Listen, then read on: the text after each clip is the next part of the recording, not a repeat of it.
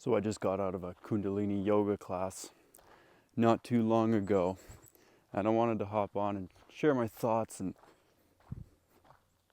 my understanding of the practice of Kundalini as it stands thus far, and truly how I now believe that it's the yoga, and that is coming from someone who is a Hatha Vinyasa yoga teacher. So I will tell you, I have experience practicing for quite a number of years before I started teaching, and only recently getting into the Kundalini side of things. By the way, I'm just out walking the dog. Y'all know huskies, they like to pull. But the practice of Kundalini is so fascinating because maybe some historical context here briefly. It is meant to awaken the coiled serpent at the bottom of your spine.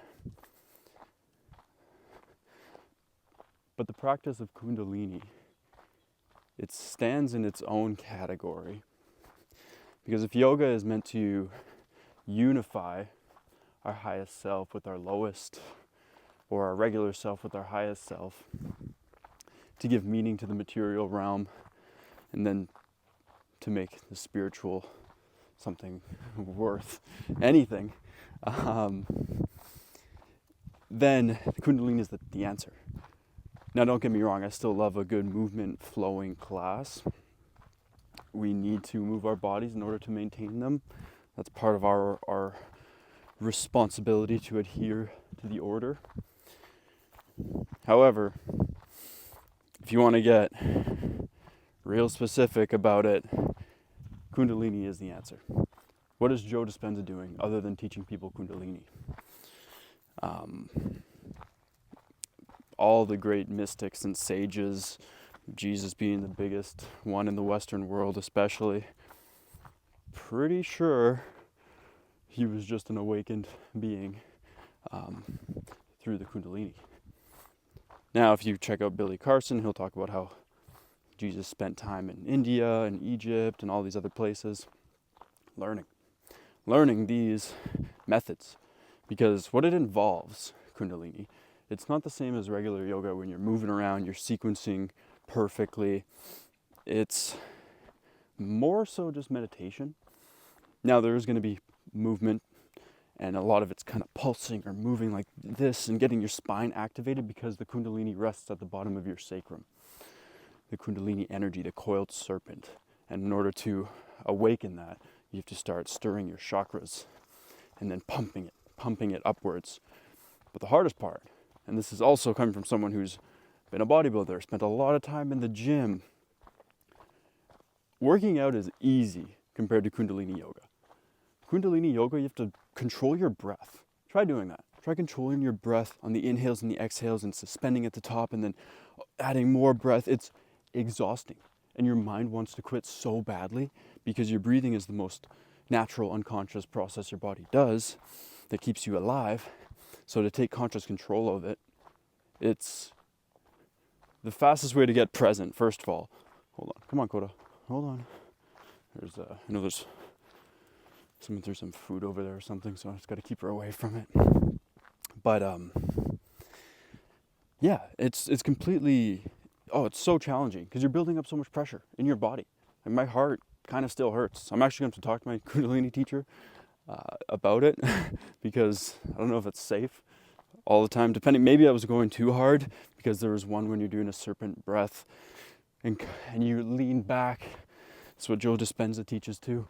And then you come all the way forward and you're exhaling through your teeth. But before you even get there, you're doing a lot of inhaling and holding. And then that's your final exhale. But when you're leaned back, you're trying to squeeze your spine and send the Kundalini energy up. I was trying really hard today. So I've been practicing this for about a month now regularly. And I'm lucky because the studio that I work at, the owner is a vetted Kundalini teacher.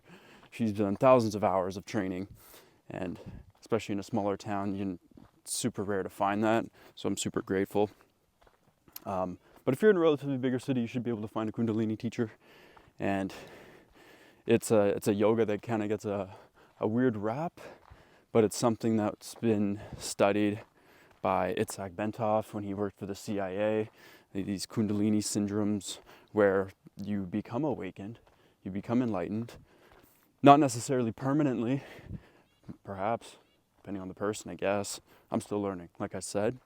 But even if you did reach this level of enlightenment, actually, if it did stay and you weren't able to integrate it, because some people have Kundalini awakenings that were not brought upon from their meditation, they came up through some type of trauma, or they were random. And that's when people end up in psych wards, because now they can't integrate these new perceived realities that they're tuned into, and still being able to come to the agreed upon reality and act like that's all there is. Hold on a second here. I'll fix that. I think that's better. But yeah, so essentially, I'm going to keep practicing. I still recommend people doing Hatha movement classes.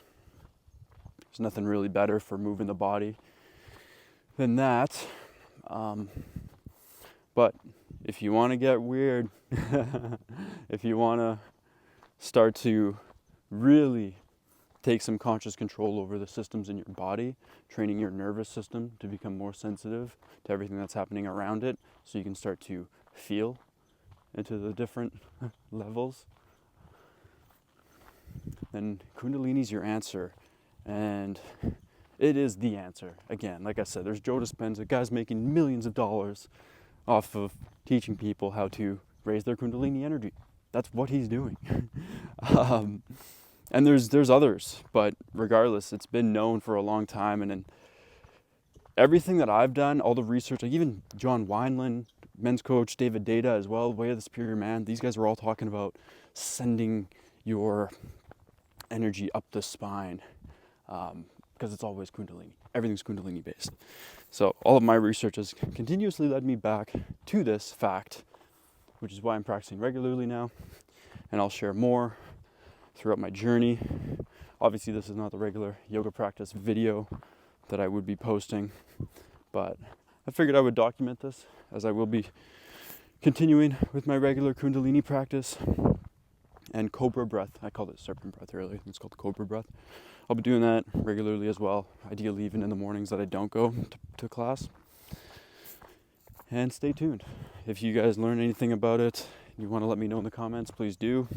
Also, a special shout out and thank you to all the subscribers. We crossed 100 a couple days ago, so that felt really cool. And we're just getting started. I'll be dropping the next yoga practice very shortly here. But for now, that's all it is.